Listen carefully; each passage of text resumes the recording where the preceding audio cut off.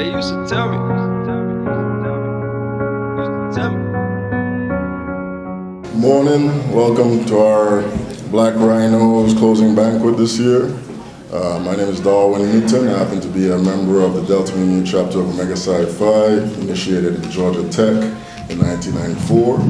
I also happen to be a Black Rhinos parent, so definitely want to thank and welcome all of the parents that we have here today, first and foremost for trusting us with your most precious possessions, right? I'd like to recognize and thank any of the officers of the Delta Mu chapter. If you would please stand. I see Brother Mac.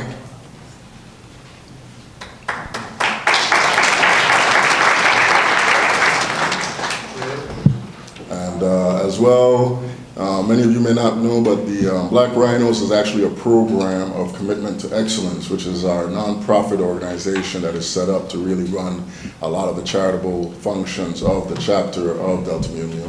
And I'd like to recognize Brother Pickney and Brother Johnson from the CTE board today.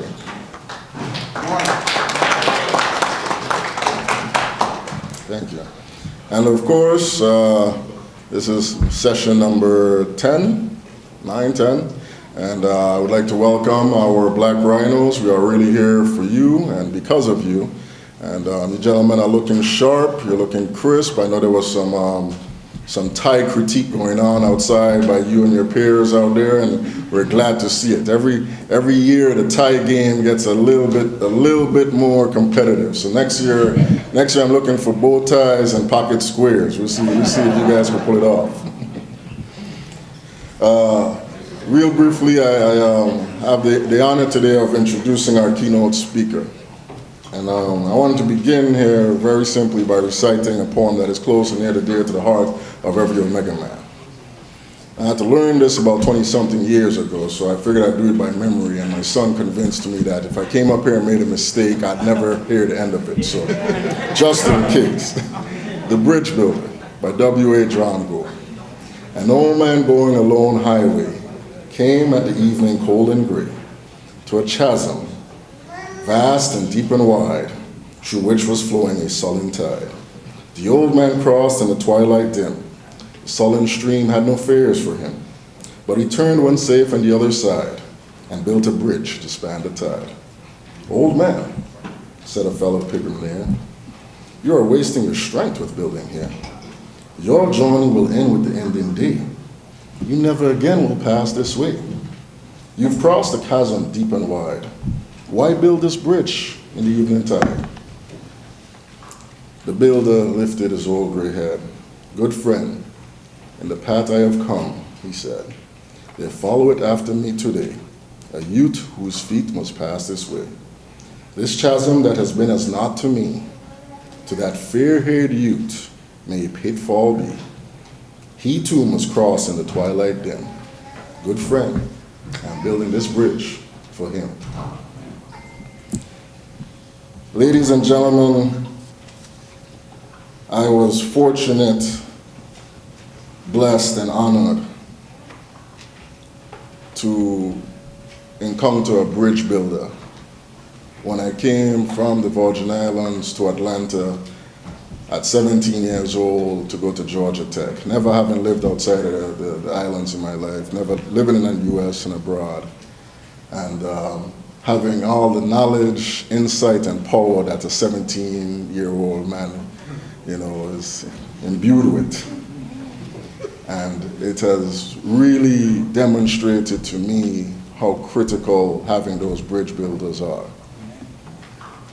The one thing that he has instilled in me at that time, which I think I attempt to, not possibly I succeed, pull off and continue, is that it is important for each and every one of us to be bridge builders and continue that legacy. My friend, my mentor, my frat brother, Dr. Gavin Sams, holds a degree in industrial engineering from Georgia Tech and a PhD from Harvard University in public policy. He's very well accomplished. He's one of the managing partners of the Fulton Leadership Academy, and is currently serving as founder of the Genesis Innovation Academy, where he'll also serve as headmaster and head of schools.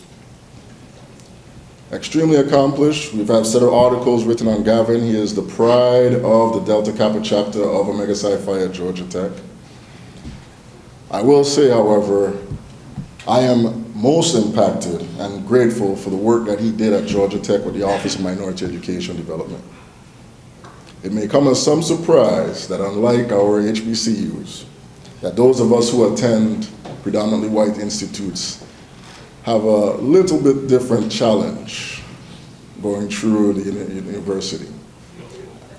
It may come as so surprise that we are not probably as nurtured, or that, in many cases there are obstacles that are created to discourage us from matriculating, completing, and finishing those degrees at these publicly white institutes that are held in such a prestige. Well, what the Office of Minority Education Development does at Georgia Tech has been really laid out many years and defined and described, and their success is well documented. But what they do, I think, comes down to they try to create that tribe, that village, that community that you encounter at the HBCU on the campus of Georgia Tech for that community. And while there, as Gavin left the Office of Minority Education Development, while he was an advisor of the Omega Psi Phi chapter there, he was a pillar and a bridge builder to every minority student on that campus. In his tenure, Georgia Tech became the country's leading institute and university for black engineers. And I say a lot of that to say is that throughout the entire time that I've known him, the one thing that I have seen that he exemplifies more so than any other, above black excellence, above high scholarship, above true aspirations, is that very little of it really means anything if you do not become a bridge builder. And so today I want to introduce to you my bridge builder, Dr. Gavin Sams. Brother Newton, Darwin Lewis Newton, I guess I should be a little disappointed that you didn't know the poem. Since I pledged you, I would think that you would have it. Maybe I should try again so we can get it right. But I thank you, obviously, to my chapter brother. I thank you to DMM for even allowing me this pleasure. And I actually just want you all to know how amazing this event is, just because of the work that I've done and what you see when you're in education. I want you all to understand, for DMM to put this on, for parents to press forward and get their kids involved, and for you young men to take advantage of this opportunity. It's actually worthy, as they say in the church, it's worthy of praise. So I think, give yourselves a hand, because it actually is an amazing thing to pull this off. Because we can't deny what we're facing, what we have been facing.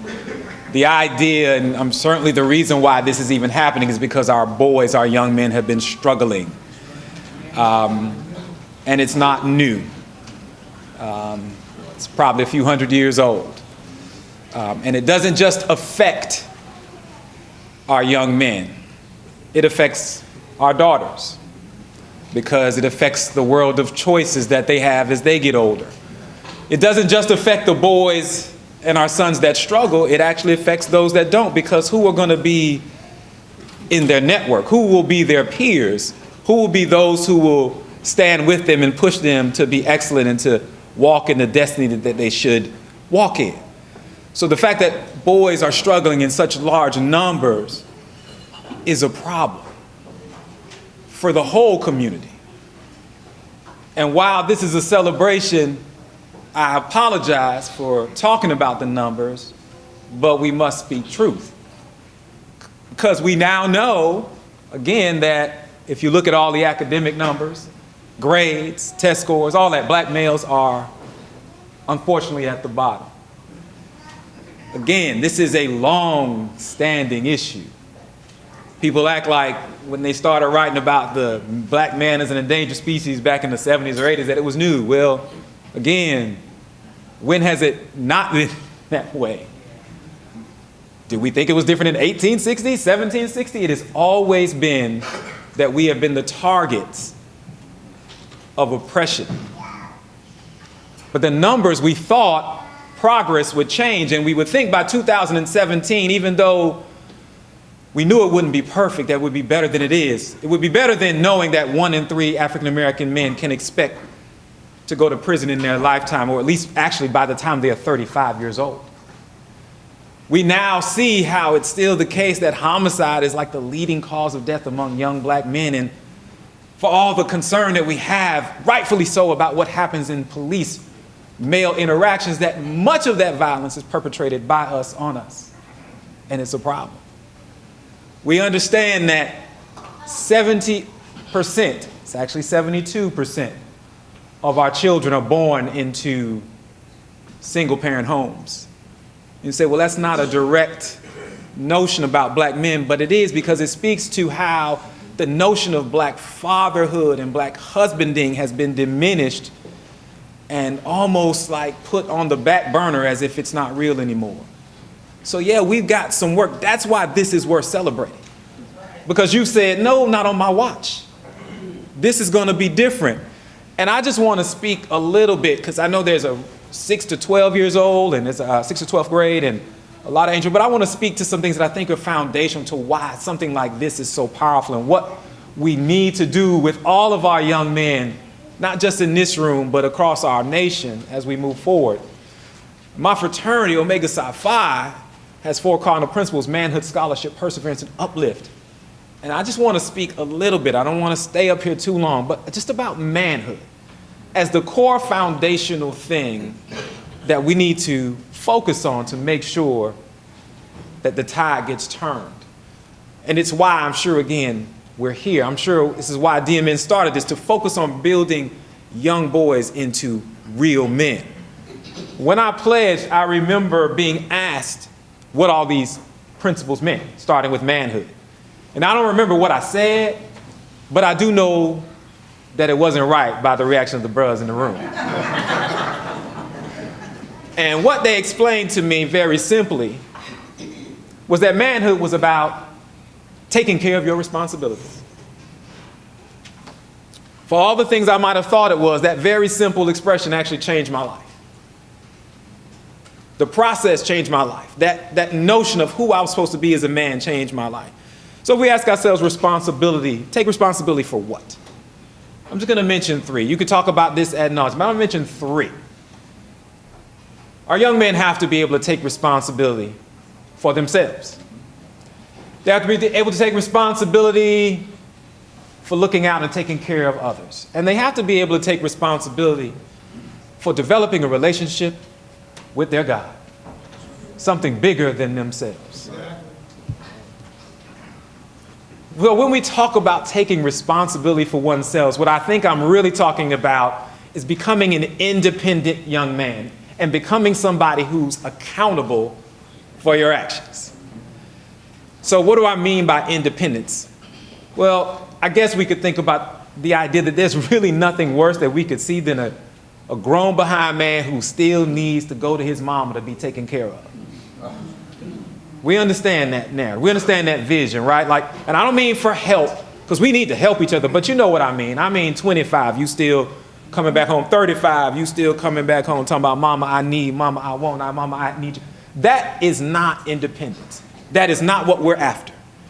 And that happens because age is no guarantee of anything, right? 18 is not a magic number, right? Legally, they say we're a man, but what does it actually mean? See, age happens, but manhood has to be trained. It doesn't just happen. And that training cannot start at 18. It has to start at more like 8. Oh yeah, it's got to start early. Because boys, even at the earliest ages, must be given responsibility for whatever it is they can do. Because the longer you keep a boy in a situation where everything is being done for him, and many things are being done for him, it's really hard to break that habit. He's going to get used to it and expect it. And he'll eventually go from his mom to the woman he meets as his partner, and he'll expect the same thing, because that's a hard habit to break. When you get used to people doing for you instead of doing for yourself. So the rule that I always tell parents when I work with them is basically, if he can do it, he should do it. So I got my 4-year, when my 6-year-old was 4, I was like, yeah, you got to make that bed because you can. So you're going to get up and make your bed at 4, and it's going to look nice. I didn't need hospital corners, not yet. We working on it. He's 6. But he has to know that he can, right? And that he doesn't need me to do it for him, because that develops that sense of independence, which eventually we hope becomes something like entrepreneurship in life, just doing for yourself. So whatever it is, making the bed, cooking a meal, ironing clothes, washing clothes, cutting the grass, washing my car, right? And it's not because I need it done, it's because he needs it done. We already know we can do it. We need to know that they can do it. So we've got to push. And I know the first thing a mom usually does is if your son does something and he's not doing it right, you want to step in and take over. And you know, we take advantage of that, because I know I did.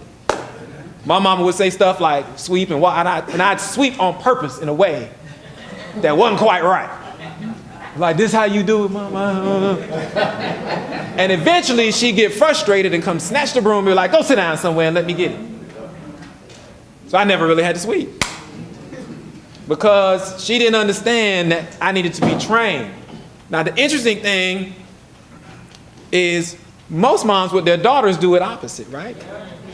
As we say, you raise your daughters and love your sons, and dads do the opposite with their daughters. So there's nobody wrong. It's our nature, right? It's that same gender thing matters, which is why this community of men matters, because you can never have too many fathers to raise a man, right? But it's important that we let them do, let them fail, show them again, and make them come back, and then demand excellence when they do it. Because boys don't do well when you lower the standard and lower the bar. Wherever the bar is, that's where we gonna go. So you might as well set it high and keep us going at it. So we've got to become independent. It might make mom cringe, because that's my baby, that's my boy. But it's not gonna work, because if you keep him as your boy, when he's 8, he'll be your boy when he's 18, and he'll be your boy when he's 38. And we don't want that. So independence is important. So is accountability. What do I mean? I can't tell you how often I've watched young men and boys get away with basically bad behavior. So because it kind of goes like this, right? Something happens in a school setting or wherever, and a parent shows up and basically lets the son off the hook, right? Because it's whatever the young man says. And I can tell you the first time I heard, call my mama, when a young man was in my office, I knew something had changed from when I went to school, because I would have never called my mama. I didn't want my mama to know. I actually got a whooping in elementary school. I'm still not sure that my mama knows, because I ain't tell her to this day. Because what happens is the boys now get used to making excuses for their behavior.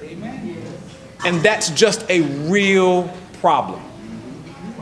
There is no way that I could have told my mama the teacher was lying on me, or that the teacher didn't like me, or that it was somebody else's fault, that it wasn't really me. The teacher just thought it was me. Those kinds of things would have never happened with my mother. And the wisdom in that, and the bros can relate to this, is that there's no excuses. My mama was a no excuses mama. And in the fraternity we say excuses are the tools of confidence used to build monuments of nothingness, and those who use them seldom amount to anything. My mama didn't know that, but she knew that. And the funny thing is, it wasn't that the teachers were right. I don't even think that's what crossed her mind. What she understood was that I had to learn to avoid trouble. So when it was, well, I was sitting at the table, they were laughing, Mom, it wasn't me laughing. She would say, well, why didn't you move from the table? That's your job. You need to get away. I didn't send you to school to be up there laughing with nobody. She starts talking so fast, I don't know what she's saying. Look at me, don't look at me, look at me, don't all that stuff. But what our parents understood and our grandparents understood was that for a young black male child, life was never going to be fair. And now our young men think that they can go out into the real world and make excuses to people about what they did or didn't do, assuming that their excuses will carry the day. But it doesn't carry the day. It only carries the day in our houses. But it's bad preparation. So I remember when I got my first whooping, and I was a golden child. I got a whooping in school, in elementary school, and I'm not even sure I should have gotten one. Because somebody said, the teacher said something, and the boys were outside, and we said, okay, the teacher said we could stay out. They said, okay, we'll wait on the teacher. And then we looked around, and all the kids had gone inside. And it was a substitute, so we were late, just hanging outside. So long story short, the girl came back outside and said, ooh, y'all in trouble. We were like, what? You said you were going to come get us when oh, you in trouble. We walk in, the substitute start saying, line up at the front. And I'm like, but wait, we were told that. She's like, don't want to hear it, line up in the front. And everybody's like, ooh, Gavin's going to get a whooping, Gavin's going to get a whooping. Because I never got in trouble. And she didn't want to hear it. And that belt, whap, whap, whap. But I can tell you this. What I learned from that is to never let anybody control the information for me. I learned that if somebody's an adult or authority figure is saying something, I'm going to go find out from them. And I'm not going to listen to somebody else tell me what the deal is. Lesson learned. I'm not sure if the teacher should have whooped me, but lesson learned. And that was the point. We were learning to be accountable for our own actions, or else there was a consequence. We were learning to make sure we understood what was going on. We were learning to make sure that we avoided trouble at all costs. That was the lesson of those whoopings, of those restrictions, that we had to figure it out. It was nobody else's responsibility. It was ours. And now we put it off of our sons and put it on everybody else. If my son is getting in trouble, it's the teacher's fault, it's the principal's fault, it's everybody else's fault. It's not going to work. It doesn't prepare them for the standard of the world. So excuses don't work in the real world. So we've got to stop. To the young men, I would say, it might seem like if we say to your parents and to your mentors, don't let them get away with not doing stuff around the house, or don't let them make excuses, that's a bad thing. Let me be clear, it's a good thing. Because if you don't mature and learn how to do that, if you keep running to mom or to dad to stay in your life, the older you get, the more say they're going to have in your life. So if you're 16 and you're still asking mom or dad to do stuff that they used to do for you when you were 12, then they're not going to appreciate you as a 16-year-old. They're going to keep treating you like a 12-year-old. When you're 25 and you're out the house, but you coming back and acting like a 16-year-old, they're going to treat you like a 16-year-old. So the lesson I always tell young men is, people will treat you how you act. I've had 12-year-old young men under my charge, and they get treated like they're 18. They get to do it because they are mature, responsible, and independent. They take care of their business. But if you act like a little boy who needs his mommy and makes excuses, then you will get treated like a little boy. So it is in your best interest to grow up, to become independent, so you can be the man that you're supposed to be. When I went away to college, I learned at some point to not call my mom and ask for anything. Not because she wouldn't give it, but because it created all kinds of interaction problems, with her trying to tell me where I was and why wasn't I doing X, Y, and Z. And I'm like, Mom, I'm grown. But she's like, I'm still paying bills. I was like, okay, I got that. I had to get a work study job. I had to learn how to live on less. I had to use some friends to help me out because I love my mama, but I wanted to be a man. And as long as I was going back to her for everything, it was never going to happen. So if you don't grow up and become emotionally and financially independent, you'll be treated like a boy. It's not time yet, but you have to prepare for it. You have to keep going. And don't confuse independence with wanting to do what you want to do. You're still accountable. Independence isn't doing what I want to do. Independence is being responsible for what you're supposed to do. So that's responsibility to yourself, responsibility to others. And that was the longest part. Now we're going to get a little shorter, and I'm going to be done. So obviously in this group of young men, I'm sure you all have dealt with the whole brotherhood and being my brother's keeper. I had to tell some young men, and this one point is all I want to say because I think you get the message, that you have to be strong enough and love your brothers enough, your peers, your colleagues enough to tell them when they're wrong. And you have to love them enough to listen when they tell you that you're wrong. Because this journey that you're on is going to really come down to the people who you're around, the peers that you have, and whether or not you guys are headed in the same place. And if you are headed in the same place and you are positive about the interactions you have with each other and about what you're trying to do in life, you've got to be willing to tell each other when something is going wrong. I've had to bury 3 of my former students in the last 3 years because nobody told them no. People told them yes for things that they shouldn't have done. So you've got to take care of each other. You've got to have a responsibility as a man to look out for your brother. Yes, you are your brother's keeper. The second part of this, which is probably under talked about, is having a healthy respect and a responsibility to protect and respect womanhood. And the bros get this, right? Because we've talked about it, we were trained that way. So young men, what am I saying to you? You have to be a covering. It used to be that men were called to be the head of the household. And of course, every man knows the scripture in the Bible about wives submit to your husbands, and we all cheer. But don't even read the Bible, but we know that scripture. But of course, we forget that there's another part to that scripture, right?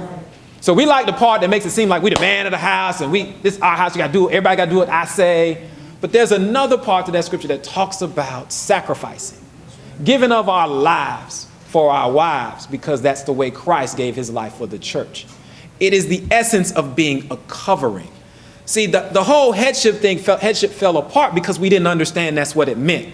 We didn't understand that to be in the fullness of who we were supposed to be as men, we had to come to the place where we were strong enough to love that way, to give of ourselves, to be the man of the house. See, there's no woman that I've ever met who would not be okay with a man being the head of the house if that man said, that means I'm going to lay down my life for you. That means I'm going to put myself at the bottom. That means I'm going to put myself last so that you can be first. That I'm going to put myself down so you can step on me and I can lift you up. See, if head of the household means me sacrificing for you out of the spirit of love, then that's a whole different ball game. That ain't do what I say. That's what do you need me to do so that you can be the very best that you can be, so that you can be what God called you to be. That's my role. That's my job as head of household. Not to lord it over anybody. It's about sacrificing, taking care of, watching over. So no, young men, you're not thinking about marriage right now. I get that. But the point to you and to parents is we've got to set a tone that says that's what you're called to be. You're called to be a head of household and understand that comes with a responsibility to be willing to sacrifice for the good of somebody else.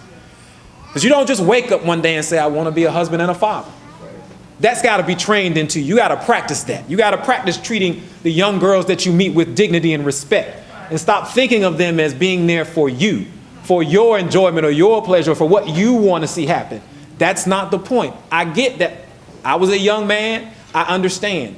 But nobody really talked to me that way, the way I'm telling you now, that you've got to decide that to be a man, to be treated like a man, means to take responsibility for protecting and watching over and being respectful of others, especially the young women that you meet in your life. You can do what you want to do. You can have a good time, but don't confuse that with manhood, because those are not the same things. So lastly, and then I'll be done. You have to take responsibility for developing a relationship with your God, something bigger than yourself. I watch so many young men who are lost because they don't know what this is about. They are chasing things left and right that have no meaning, but they are looking for purpose. And so what I tell parents is, whatever your faith, whatever your belief system is, even if it's grounded in a book other than the Bible or the Quran, if it's grounded in some philosophy, you've got to walk it out, and then you've got to share it with your children, your sons, every day, so that they are grounded in something deeper than what's just going on day to day. You've got to speak into them every day and tell them who they are, who they're expected to be, and what they're expected to do. And it must be every day. Lay your hands on them, look into their eyes, and tell them what it means to be a young man, what it means to be a member of your family and a member of your faith, what it means to believe what you believe. I can tell you it will make a difference. When I went to college, my mother didn't stop speaking into me.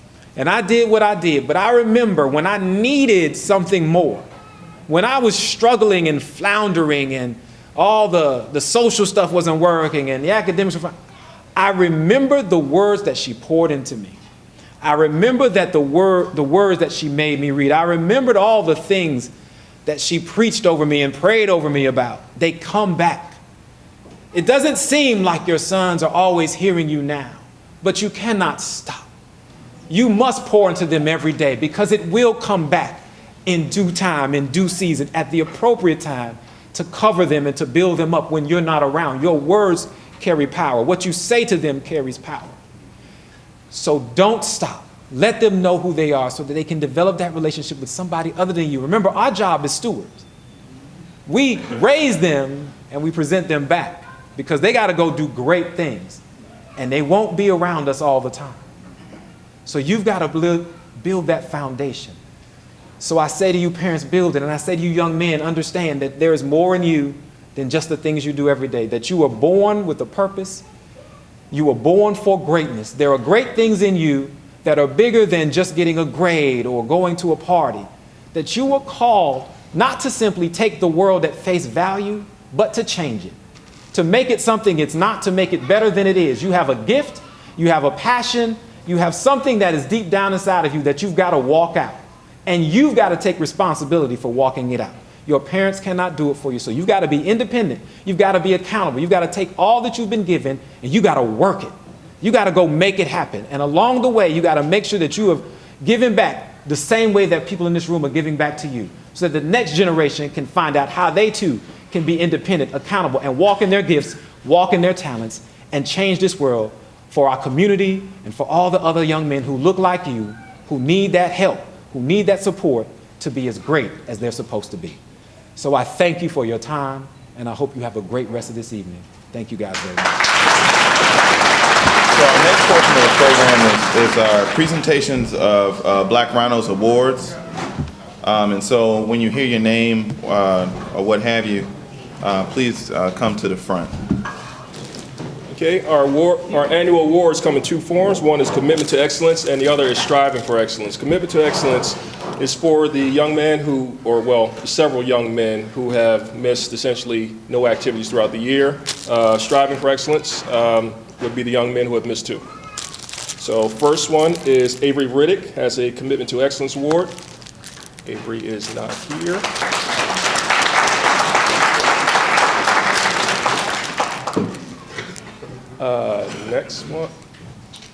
Next one is Joshua Clinkscales. Joshua is right here. Commitment to Excellence. Okay. Next one is Commitment to Excellence for Jared Saunders.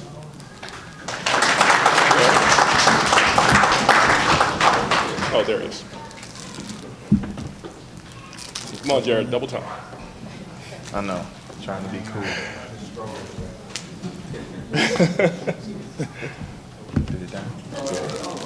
Now we're on to Striving for Excellence Award. The first one is Donovan Gibson. Donovan here? Donovan is not here. We have a Striving for Excellence for Jordan Turner.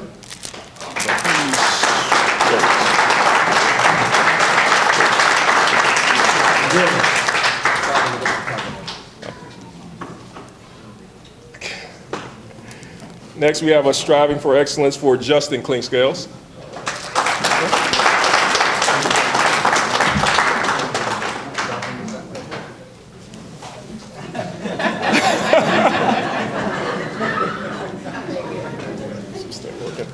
And finally, we have a Striving for Excellence Award for Lionel Gibson.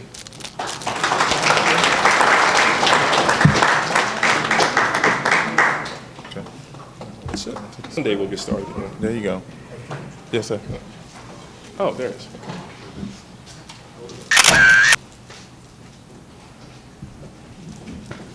And we'll have the awardees come up at the end, and we'll take a picture with all of you all with your plaques in front of the Black Rhinos logo there. What's wrong, bro? They just had to restart the computer. We're good. Yeah, just have to. So our next presentations are to our seniors. We have a couple seniors that are not here, but we will do the introductions for them. We've got one that's currently out of the country on a study abroad, and so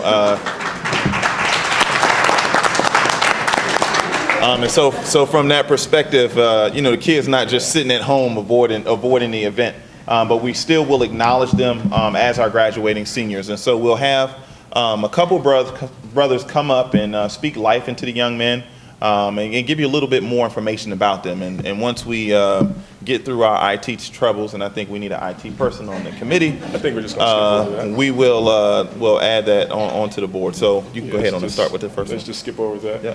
Well, one thing. Go ahead. No, just let's do this. One Just thing we're rock going with to it, do bro. with yes.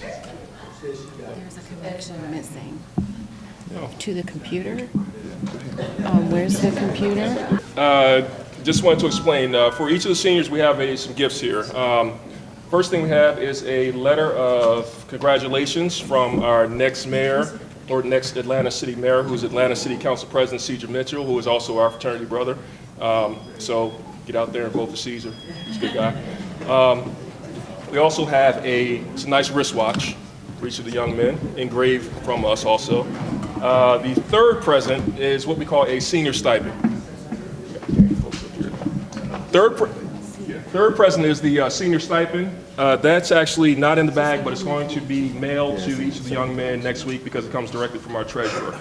The senior stipend is essentially for all the young men who are going to college. Just helps you cover the basic costs that you need, those things that we've all gone through. And now we're going to have brothers. So we're doing this multimedia stuff here. Have brothers Thompson and Hargrove are going to speak on Ramonte Allen. I think you wanted to extend. Wherever y'all want to sit. All right, I'm gonna start off, man. My first interaction with this young man, Ramonte, actually did not come from Ramonte. It came from his mother, Katina, and I knew at that point that we were going to be getting a young man in the program who had a ton of accountability. So he came into the program. Not only did he come in as a Black Rhino, he also brought a friend with him. So he came in, was very active. 3 or 4 years he's been in the program. 5 years. 5 years he's been in the program. So we got him very young. He's been consistent. One of the big things about Ramonte, when I met him, he always talked about doing a lot of different things. So his biggest thing was he was going to go to Hawaii and go to college. And if you know his mother, you know that a lot of that stuff isn't going to play out. So we went from Hawaii to getting a call a couple of months ago, and he had got an offer to play football up in Missouri, and we talked about the different things he would have to overcome in order if he was going to go up there and play football. But throughout all of this, he has shown us time and time again that he's very goal-driven, that he knows what he wants out of life, and at some point he's going to be one of the people who is giving back to young men, not only in his area but around the nation as well. So we look forward to amazing things from him. I hope to see one day an invitation to come and speak at his mentor program, and we also want to make sure that we're keeping him in good spirits for the future. So just want to follow up Mr. Bryson right here. Ramonte, you definitely, grew up with the Black Rhinos the last 5 years. I've really, grown and learned a lot about you as well. I know once you got here, your mom made us pull you to the side and go out there and talk to you a little bit. But you only facing what other men has faced. So don't worry about it. It's a little life curve, but I'm pretty sure you'll get through that. So Ramonte's resume is very, very long, from football to golf to being a shift manager, currently still working, but still find time to come to the Black Rhinos monthly. So we really appreciate your leadership, ensuring everybody, guidance through the years as well. But not only that, I know he wanted to go to Hawaii, with his mom making him probably stay closer to home. He's going to be going to the good Georgia Southern. So we really appreciate that, and continue to come back and let us know if you need anything. We're always here for you. Yep.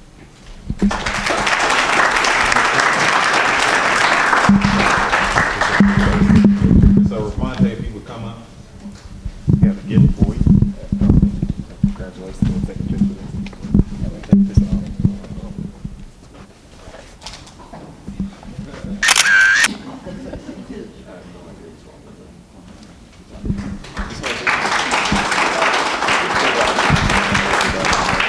Yeah, we're sure. Next senior we have is Rasheed Muhammad, and brothers Thompson and Montel Johnson are going to introduce Rasheed. Okay, so we'll go ahead on and start. I'm Brother Fred Thomas, the co-chair for the Black Rhinos Committee, and this is Vontel Johnson. And so Rasheed Muhammad looks a little bit different today, and so there were some pictures of him up there on the slideshow, but when he walked in, I was like, who's that guy? The hair is gone, but he told me he got an internship that he's pursuing, and so that's certainly an honorable thing. But the biggest thing about Rasheed, Rasheed hasn't really been in the program that long, and so one of the things is whenever we run into these kids, we see a lot of these Black Rhinos kind of grow up through the program, like we talked about with Ramonte. But when you have a kid that comes into the program that makes an immediate impact, it was very, very clear when he came into the program how intelligent he was. It was very easy for him to interact with the other Black Rhinos. He just kind of fit in. Sometimes it takes some of the Black Rhinos a few sessions to kind of start relating to the kids, kind of talking and, kind of getting out of their own comfort zone and that kind of thing. But it was very, very clear that young man is going to be a leader one day. And so this was long before we knew about his academic accolades and a 4.3 GPA or attending on a full scholarship to Howard University.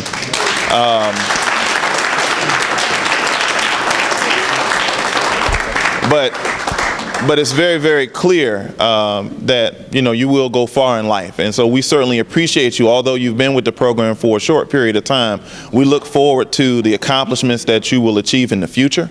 And we certainly hope that you come back and visit and continue, like Brother Sam's mentioned, by being a bridge builder. Good morning. Just want to kind of basically echo what Brother Thomas mentioned. Known you for a short time, but I did notice when you come, you were very well-mannered, soft-spoken young man, didn't cause us any trouble. I could tell you were, raised in the right way. You got along with all the other kids. You participated. Had to ask you something maybe once, and that just shows a lot about you, and the few times I had to talk to you, you were very, very well-mannered, very ambitious, talked about what you want to pursue in your future and all, and as Brother Thomas mentioned, congrats to your education, going to Howard University. You should definitely go far. I see you doing big things, and just remember to give back. Folks sacrifice to help you get where you are, and continue to do that for others. And we look forward to hearing big things from you when you come back to Atlanta. You know where we're located. You have the phone numbers and information from us, but this is not a stopping point. This is just you going on with your career and so forth, but the brothers will still be here. And so we look forward to you being a future leader and continue to do what you've been blessed to do. So it's my pleasure meeting you, and good luck with your future.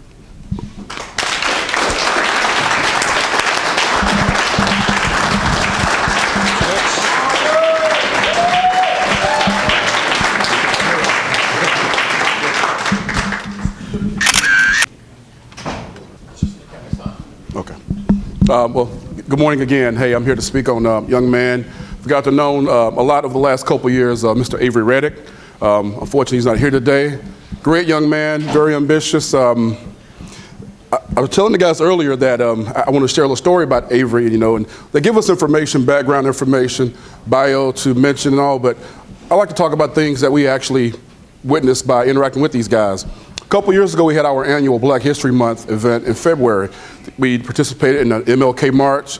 Afterwards, we went over to the Mardi Gras Cafe, which is owned by one of our brothers here. The young men were eating, doing their thing and all, and so I noticed a young lady that was a CAU, Clark Atlanta student, busting the tables and waiting the tables, and nice young lady, 19 or 20, and of course the young men, being young men, were observing her and kind of, interested in her.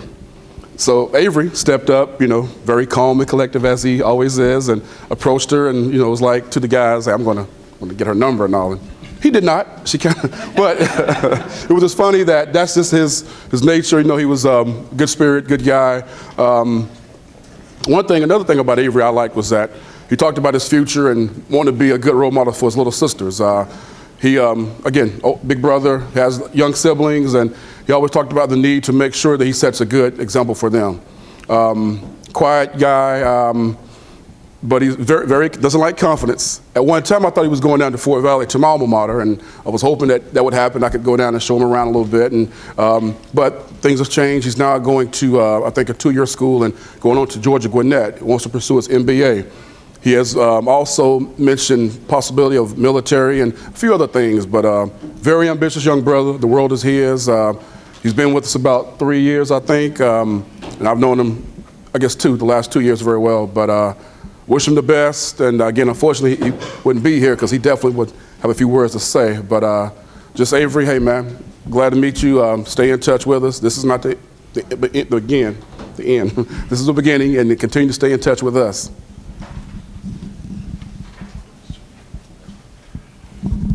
Well, being the fact that Avery wasn't going to be here, I really didn't have anything prepared. But I met Avery when he first started with the program. But Avery he was a real silent guy. And everybody that knows me knows I love to make up nicknames for some of the brothers and for some of the kids. And my nickname for him was Light Skin. So every time I saw him, hey, Light Skin, what's going on? And as you can see, he's light skinned. But when Avery first came to the program, like a lot of our kids, they're like, Black Rhinos, mentoring program, what do I need this for? But he came at the insistence of his mother because she heard about the program, and he fell in love with it. And like I said, all of our outings, unless he was working or had football, Avery always made a point to be here and to participate. Like I said, he really, really has enjoyed this program, and like I said, I wish him all, the best of luck. I don't believe in luck. Best in his future endeavors. I know he's going to stay in touch with us, and he'll be with us for a long time. Thank you. Our next senior is Gavin Roberts, but Gavin's not here right now. So Brother Bryson Thompson and Brother Ralph Taylor Jr. are going to speak on Gavin. All right, guys. I know Gavin's not here, but Gavin's another one. He joined us a couple of years ago. Came in real enthusiastic. Was actually brought in by some of the other Black Rhinos. Stuck in the program even after they graduated. But it was one of those things like our speaker talked about. Gavin had a really good dad, awesome dad. We have a couple Black Rhinos who have parents who come in, they may be single moms, they may have different situations, but his dad dropped him off every time. And he gave us the green light and said, hey, we want him to be successful. We want him to be somebody who doesn't just get it from us. So his dad said it all the time. I don't want him just to get how to be a man from me. I want the brothers to teach him how to be a man as well. So Gavin came in, he come in smiling, and eventually he brought his little brother to the program. So he's did a whole lot of things. What was impressive though is Gavin actually was a major Boy Scout, and he went on to actually become an Eagle Scout. And anybody who knows about that, I think 1% of what did it say? Only 4% of all boys who join the Boy Scouts ever will become an Eagle Scout, and then 1% of them are African American males. So this just kind of shows a little bit about what he was about, what he was committed to, and what he's going to continue to do. He's very dedicated to all that he's doing. He's extremely committed, and he not only has a good system at home, but he knows he has a good system within the brothers as well. So we look forward to seeing great things from him.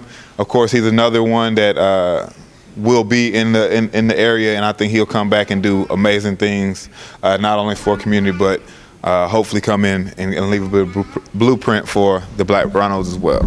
So just to touch on a little bit of what Bryson said about Gavin, yes, he will be attending Savannah State. So he will continue to be around, which is an amazing thing because of what I first noticed with meeting Gavin is his leadership at a very young age, which is also good for him, but also good for the other Black Rhinos in the program as well. So knew Gavin throughout the program, but really got a chance to meet him when we went down to, get a chance to get to know him a little bit more when we went down to FAMU. Got a chance to see what his goals were, just to listen to him and how he interacted with other Rhinos and started mentoring them while he was still in the program, along with his little brother as well. So Gavin is definitely going to do great things. He's going to be a great leader, and we would love for him to continue to come around and continue to mentor. So Next senior is Kelvin Shine, and brothers Fred Thomas, and brother Alonzo Solomon will be speaking on Kelvin. All right, so Kelvin Shine. All right. So we had, his mom, Lisa Williams, asked us to, do a letter of recommendation for Kelvin for college. And that was probably the easiest letter of recommendation that I've ever had to write, because I could write off the top of my head. I remember meeting this guy when he was about 11 or 12 years old, and you get this little skinny, and he's still skinny, but he's a little bit taller and he's got a little bit more hair. But I remember meeting this little dude, and I said, man, what you want to be when you grow up? He said, I want to be an engineer, just straight up. And at 11 years old, most times at 11 years old, you don't know what you want to do. You're not thinking about college. You're not thinking about really, what life is really all about. But the first time I met him, I was just kind of struck by the fact that he already knew exactly what he wanted to do. And a lot of times you get kids, they'll say, well, hey, I want to do this. And then by the time they get to college or by the time they finish college, they've changed their mind 2, 3, 4, 5 times. It's one of those things that now to see him, he got accepted to Tuskegee University.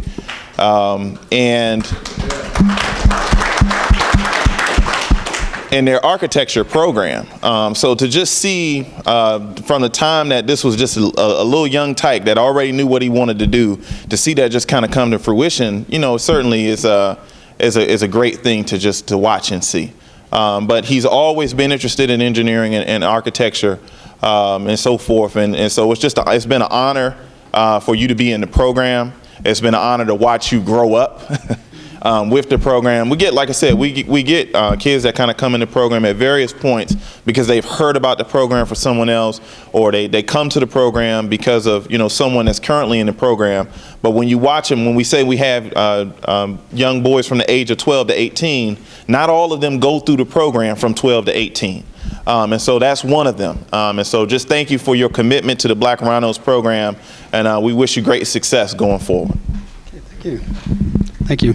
In addition, my name is Saul Solomon. In addition to some of the things you have heard about Kelvin, you're absolutely correct. It's not usual that you will meet someone who already knows exactly what they want to be at an early age. I met him a few years ago, and in fact, when he said he wanted to be an architect, I kind of looked at him real funny because I have a son who's an architect. He reminds me a lot of my son.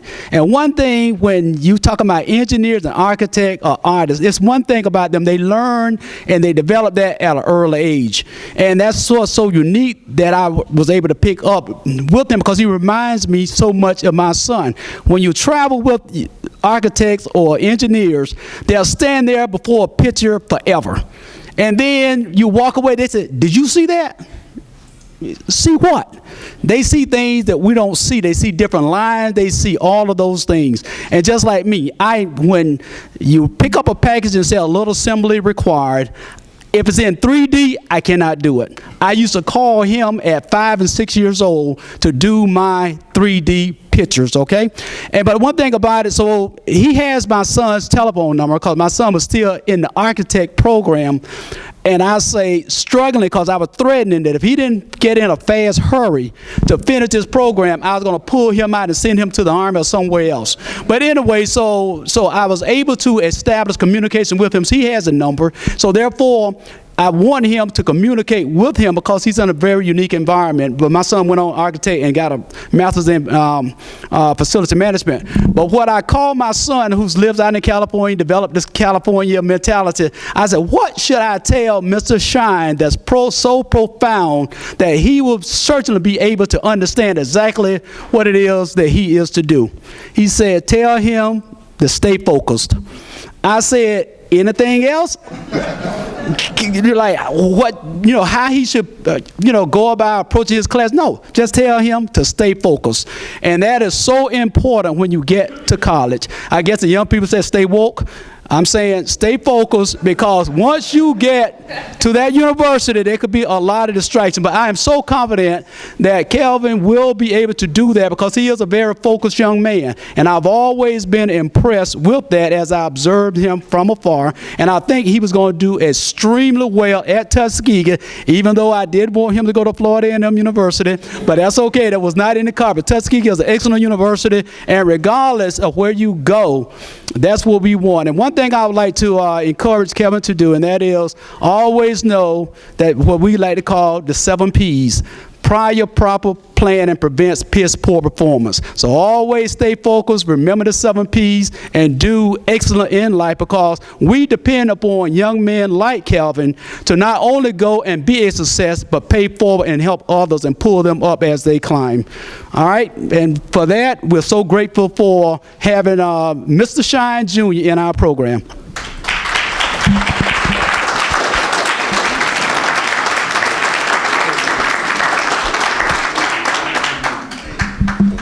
Congratulations. Congratulations. Here's your bag.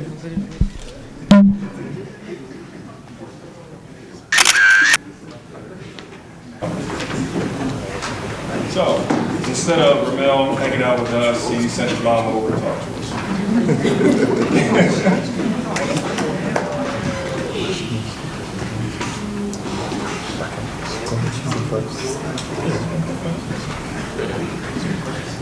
Good morning, everyone. It's been a privilege and an honor to be here, and I come to you on behalf of Ramel. And he's in Japan. He left on May 27th. He will be there through June 15th. It was an honor and a privilege for him to even want to go. I'm happy to say that he's embracing diversity, so he's the only African-American male. He's on a trip with 6 others that are Hispanic. There's an Asian guy, there's a Puerto Rican guy, I think there's a Jewish guy, and Indian. So they're out at Mount Fuji yesterday. So they've been canoeing, and they're at the G8s where they have the summit.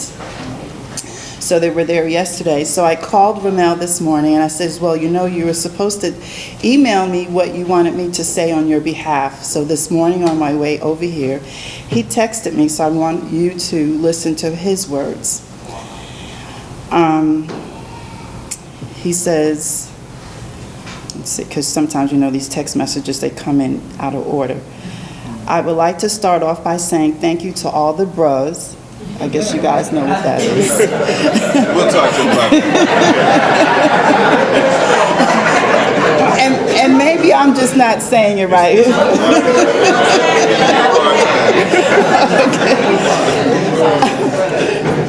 Of the Black Rhinos, joining this organization for a year has only made me feel very special.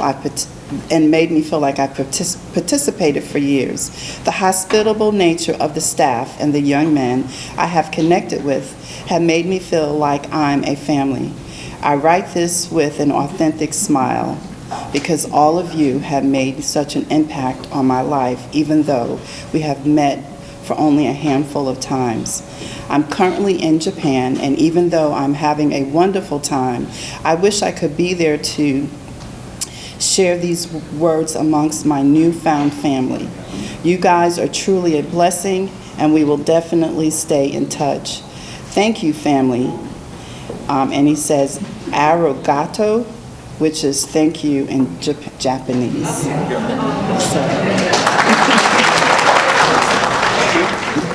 so much. Thank you. We're also going to have brothers Thomas and Washington. Go ahead, Speaker Ramel. Good morning. Good morning. I'd like to speak about this gentleman, Ramel. My abroad co-host here is going to attend Kennesaw State University. Now, just looking through his portfolio and just looking through his aspirations in life, and what I want to say is that this is a profound young man. And I want everyone that's in the program that's upcoming to reach and to look at this gentleman right here. He's giving a portfolio for you to try to build your portfolio to present yourself. You know, not only is he's a scholar, he's a giver as well. Dr. Sams, who had the honor of teaching my oldest son, who's 17 now, and a prolific class over at Full Leadership. He talked about Christ, and in his resume, he has what he does for the church. But not only what he does for the church, he does for his community as well. He's reaching, which a goal that I'm going to put out this year, is to give back to his community, like the Atlanta Mission, where there are homeless people, where there are people out there without anything, without life, without substance. And this young man is showing his heart, his inside, to go down there to the Atlanta Mission to help put together sandwich bags, to help put together toiletries, and give out to the community which are in dire need. Now, this young man, to me, that shows me his heart. And to me, to be a man, to express what manhood means to be Christ-like. And this young man right here is going to go far, because just the fact that he's listening to his wisdom, which is the parents, which is the mentors of DMM, which are leaders, and take that and to communicate that into his own. God bless this child, man. Ma'am, you have a wonderful son, and we're lucky to have him for just that 1 year. He can come back, but the most of y'all, take advantage of what you're learning, the wisdom that's around you, because within that wisdom, you're going to grow bigger and better than we are standing here today. When we first met Ramel, you know, a lot of times you run into young men, often, you know, when you get ready to shake their hand, so Ramonte, you know, you look right in the eyes, that kind of thing. You get a lot of young men, you meet them for the first time, and the first thing they do is they look down or they give you a weak handshake and that kind of thing. I think the first thing that I was struck by immediately when I first met Ramel was his confidence. Not arrogance, but confidence. He was confident and he knew who he was. It's one of those things that, like Brother Washington talked about in terms of how he's given back abroad. You know, he's currently in Japan, but he's gone to Mexico and helped in the local community in Atlanta as well. And it's just one of those things that as a leader, you have to have confidence in what you're doing and what you believe in. And he fervently believes in uplifting and helping others. One of the things that he did, actually this particular picture was taken when we had the young man get up on stage and have an opportunity to speak. And so the Toastmasters, I think we had a couple folks from the Toastmasters that were here that did the session.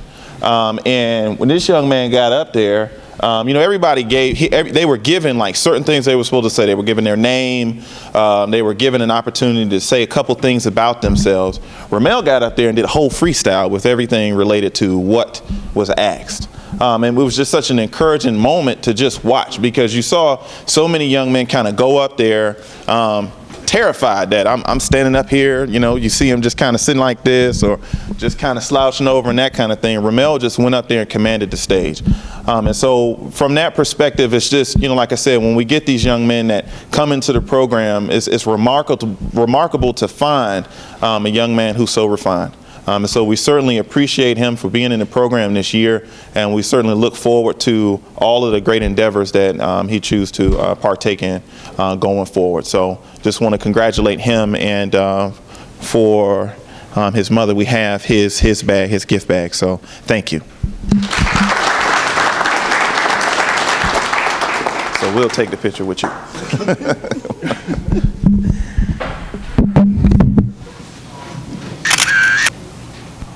Because I got a special presentation.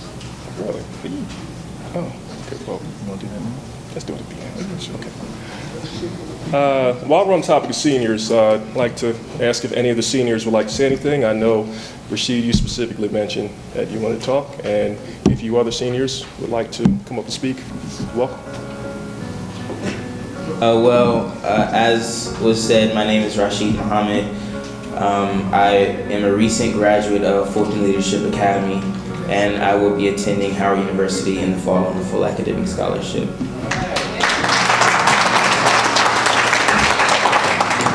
I just wanted to say a few words, very brief.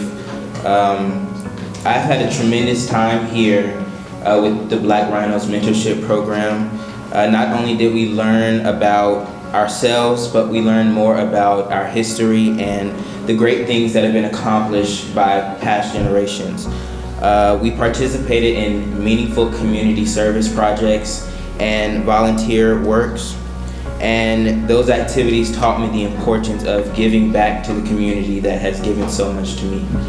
Last but not least, I would like to thank the members of the Delta Mu Mu chapter of Omega Psi Phi Fraternity Incorporated for being genuinely invested in my future and in my success. That aspect has meant the world to me, and I just want to say thank you.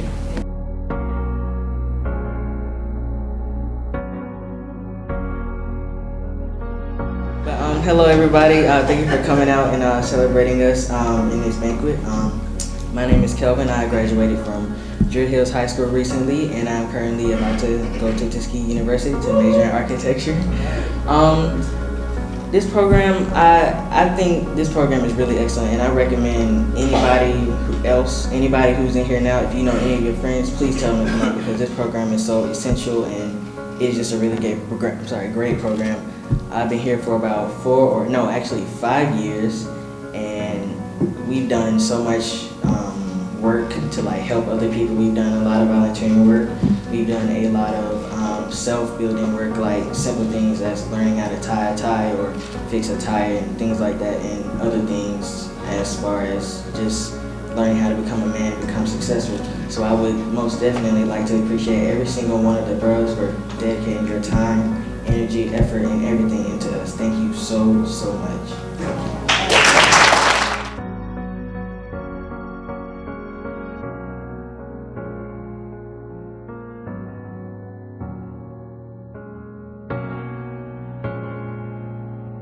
My name is Ramonte Allen. I graduated from Shiloh High School with a 3.2 GPA. I am going to Georgia Southern on June 15th. I'm majoring in mechanical engineering. The three things that I learned from this mentoring program are integrity, respect, and priorities. And you guys instill so many priorities and set the standards so high for me that I feel like now I can do anything as long as I put my mind to it. And I just want to say thank you I want to say thank you to all you guys who really helped me grow and strive to be the person I am today. One man can change the world. One man can change the world.